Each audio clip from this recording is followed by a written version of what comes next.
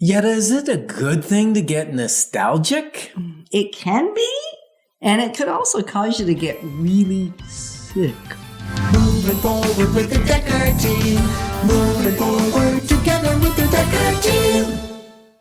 Yeah, I know. It's crazy. We'll talk about that in a minute. And right now we're going to say we're thrilled that for over 30 years we've been able to come alongside you, both in your finances, in your fun, in your flourishing of your relationships, really just making the most out of your home, which is pretty exciting. And so when we think, it is exciting, isn't it? Yeah, I'm just thinking, 30 years, I was getting nostalgic around helping people for 30 years.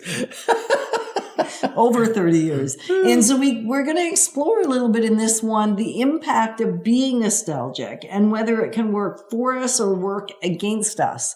And the reason we're going to open it up is we didn't know until recently that nostalgia was actually treated. Yeah, it was considered a psychiatric disease, or it needed to be treated. They actually had shock treatment to try and knock nostalgia out of people. And people that went to war, it was punishable with death if they spoke about their homeland and being homesick, because that was nostalgia. Right. And it could turn the morale in the troops right around and make them lose the war. Which is wild, right? Yeah. And so when it comes to real estate, we're thinking, how does that all connect?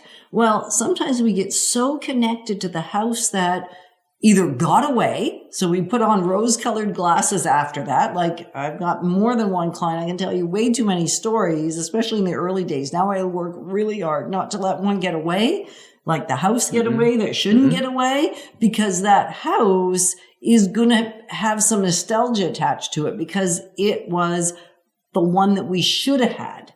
Yeah. Right? And so you put on different colored glasses. It's rose colored. You remember it better than it was.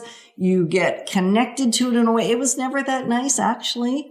But if you really want for the thing, it can get out of control. Yes. And our mind can really play tricks on us. Like your mom, for instance, when she immigrated to Canada, Denmark was so great and wonderful. It was the best place in the world. And I can't believe we came to this country. And I don't know how many years she was here before she went back to Denmark. And then when 8 years, she was pining for home for all those years. And when she finally went back, it went horrible. And she realized, oh my goodness, Canada's way better than what it was. And she ended up coming back. Because the nostalgia wasn't true. She made things better than they actually were because she was missing it. And that, very true. And it happens with houses. Like, it blows my mind because when we were first researching this, we weren't thinking this is real estate applicable. And then it was like, oh my, when somebody says to me, the house that I'm selling, because if you're leaving one city, coming to another city, then that's harder to let go because you don't really want to move. So then that house gets better and better and better than it really is. Well, and we did the same thing. We moved for opportunity back when we first got married. You came to Ottawa before I did. We were newlyweds and we spent, close to 6 months apart because you were in Ottawa. I was in Kingston. Yeah. Or not Kingston, Kitchener. Starts with a K. It's pretty close. It's a K word. Yeah, that's good. And then we moved here together. And for the first 9-10 years, all I wanted to do was get another job back in Barrie, our hometown, move back to what was familiar, move back to family. And it took 10 years till we actually got a church family, which then made Ottawa feel home. Right. Yeah. You're silent, man. Did I make you go silent? Well, he doesn't often make me go silent, but every so often, because I can get emotional thinking about the trauma that was for us. And I can also get emotional thinking about the trauma that it is for my clients. Yeah. When they get attached to something that really isn't often, and you can't really say that to somebody, that's not as good as you think it is anyway. Like, just forget about it. It's not that good. And yet that is what tends to happen. And even if it was wonderful, if you can't any longer have it because it doesn't make sense to have it, then there is a sense of it's time to move on and how do we reconnect? So one of the big things is thinking about your current and what lies ahead rather than what lies behind. Yeah, and that will lessen the power of nostalgia. Yes, and the consult will go a long ways because during that consult, it's not just transactional.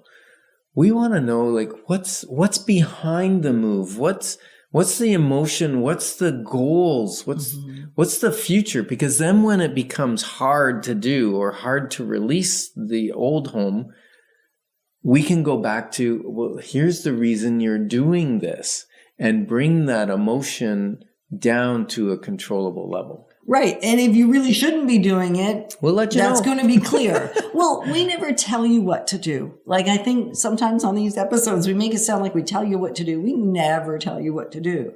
But what we are pulling out is what are your options?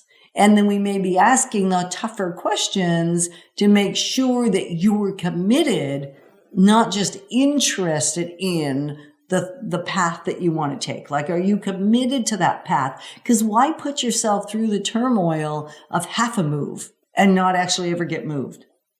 Oof. Like it's like... Well, I have had that happen. I know. Where someone got their house ready, painted it, renovated it, tidied it up, got rid of all the excess junk. And when they were done, they said, you know what? We're in love with our house again. We're going to stay. We don't need to move. And that's not a bad thing. Like that's the, see, again, not so far in that you can't turn the clock and stop it. Yeah. Now, one of the nostalgias that's really tough for us to help you overcome is when you see a great property and you love it, and maybe you even put an offer in it, but someone outbid you on it. Then every home after that, you're comparing to the one that got away. And the problem is, it got away. It's gone. You need to forget it because it's no longer available. Maybe in 5 or 10 years when they think of selling it again, you may be able to buy it. But for right now, it's off the market. Right. And as long as you keep comparing to it, you're actually never going to find one that satisfies. That's why I really upset a lot of men.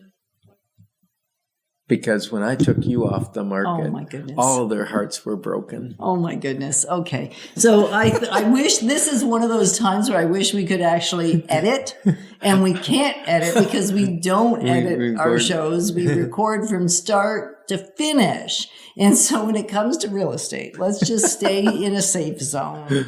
It's really essential, as Ken mentioned, to forget about the one that got away and paint a really clear picture of the one you want. Refocus on what are the must-haves and what are the few nice-to-haves and move toward that. I mean, we've had to do it how many times? Yeah. And you know what? Many times when we get another house, the person will say, you know what? Now that I'm in it, this one's even better than the one that got away. Exactly. So we're honored to be your advocates on the journey of wealth building, legacy, and life through good real estate and life choices. Moving forward with the Decker team.